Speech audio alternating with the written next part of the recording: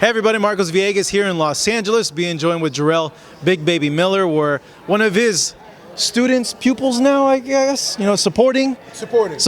Okay, I know you've been helping her. Clarissa Shields fights this Saturday on HBO's Final Card. Been giving her a lot of support, a lot of help. Let me know how that came to be. Yeah, that's emotional support. She comes out of my fights, and I go out to her fight. We fought on cards before together, so it's great to see her fight in the last HBO card, and I'm happy I could be able to come out here and come see her, do her thing. I came straight from Belize, from Miami to Belize now. Yeah, I saw that. I thought you were still over there. And I came straight from Belize yesterday, straight here to LA. So just trying to relax a little bit while I'm here and get some meetings out of the way and support my homie. So good stuff. You have a lot of those fried plantains over there in Belize? Man, so we have a breakfast / any time of the day called something called fried jock. So I ate so many of those, and my aunts make tamales, and I put on a good 5-10 pounds over there in like 3 days. Don't ask me how, but I just ate everything in sight. What kind of tamales did you eat? We have chicken tamales, pork tamales. We have a corn one. We have one called ducono. You have a lot of different stuff. So my background is just Spanish and Indian, and outside my family is Garifuna, which is African Belizean, and Carib Belizean. So my background very diverse. I have family that's from Honduras. I got family that's Guatemala. I got family that's Mexican. And I got family that's Court Belize. So you're part Latino. Oh yeah, by far. Yeah, man. So my brother.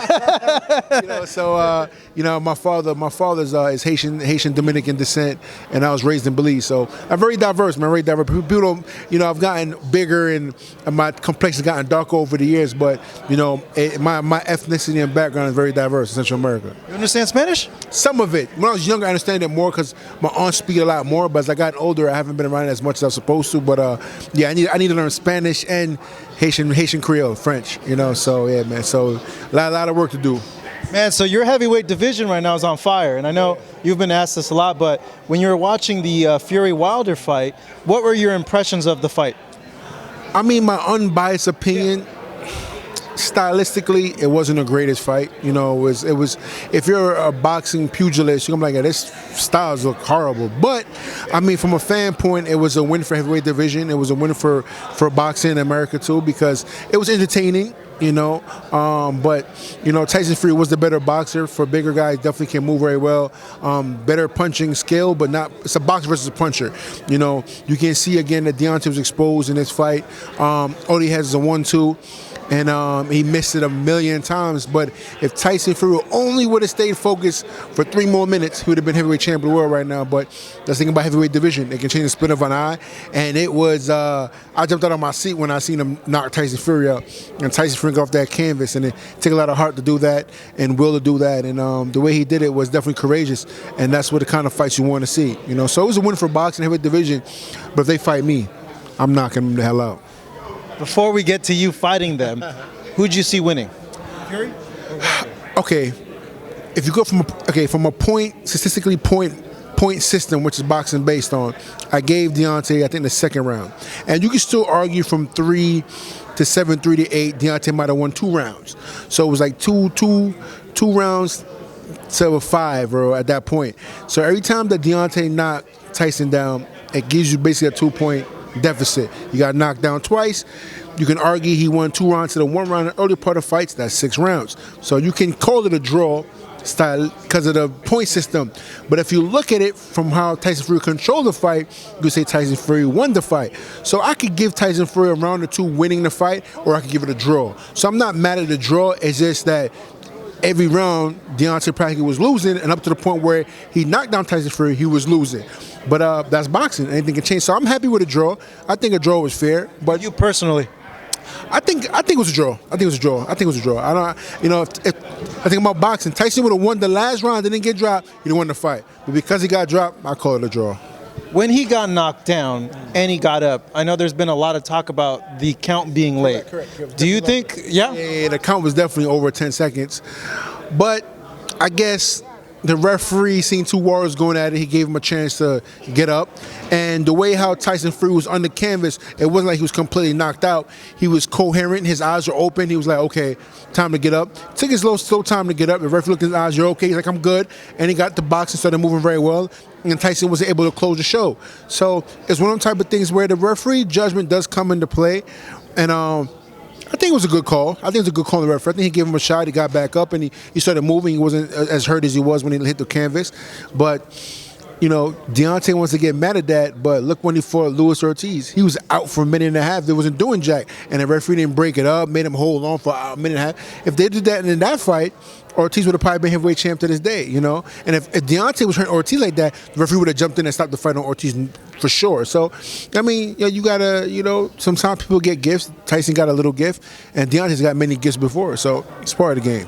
Yeah, I was surprised that the ref didn't wave it off because I think 90% of the referees would have seen them spread eagle like that, and they would have called it off for thinking that he was already out. Yeah, but I think what happened when Tyson hit the floor, his eyes were wide open, he was breathing. I think the impact of the fall probably woke him up. Yeah, I feel like, you know, it was a hard flash knockdown, but Tyson knew to look in the referee's eye and listen, I'm up. Just give me a sec. I'm taking my 10 seconds wisely, and I think it was a smart move by Tyson. I think it was a very smart move. Have you ever been hurt like that ever? Never. Outside of a fight, Never. ever? Just until no. Never in sparring. Never.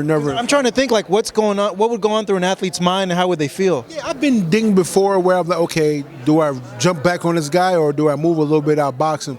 And the thing about it in sparring is you want to kind of, you know, exactly what you're going to do in a fight. If I get dinged in a fight, I'm going to kind of like, you know, kind of play.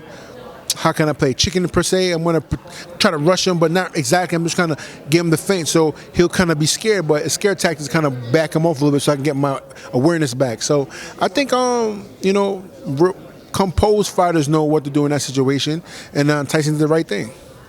Rematch, if it does happen, who do you give the advantage to based on that first fight? Definitely Tyson Fury in a rematch, just based on he knows what he has to do the whole entire fight. Being a little better conditioning, and Deontay's, you know, power. You know, like I said before, I had Deontay in the first fight by knockout, but I did say if it go decision, I got Tyson Fury. But I was leaning more towards Deontay because of the power awareness that he has. But as we can see, you know, if you only got power, it can take you but for so far. You know, you can't knock everybody out sometimes. But like I said before, if you're going in with a good boxer that has good punching power, it can be the power guy only has power any day of the week. You know, like I said before, I think I'm the remedy for the American heavyweight division. You know, Judge's a one-trick pony. I got many tricks, and I might not be a one-hitter quitter like Deontay, but I got power. I go to the body. I move very well. I got boxing awareness, and I know how to move. And my IQ, my boxing IQ is way better than Deontay. So, like I said before, you know, it's his time now, and be my time real soon. You mentioned you beat both by knockout earlier.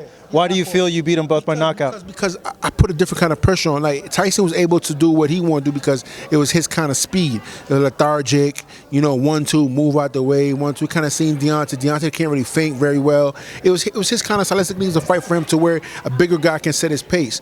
Now you fight somebody that's coming, throwing body shots, coming close to you, holding on to you, hanging on to you. It's a little different. It's a little different kind of energy that he's gonna spend. You know, and I said like before, when I go to the body, you hear it. You know, it vibrates the room. So I'm not gonna sit there and try to pity pan and aim for his head all day. I'm gonna try to break his rib and send it through his esophagus.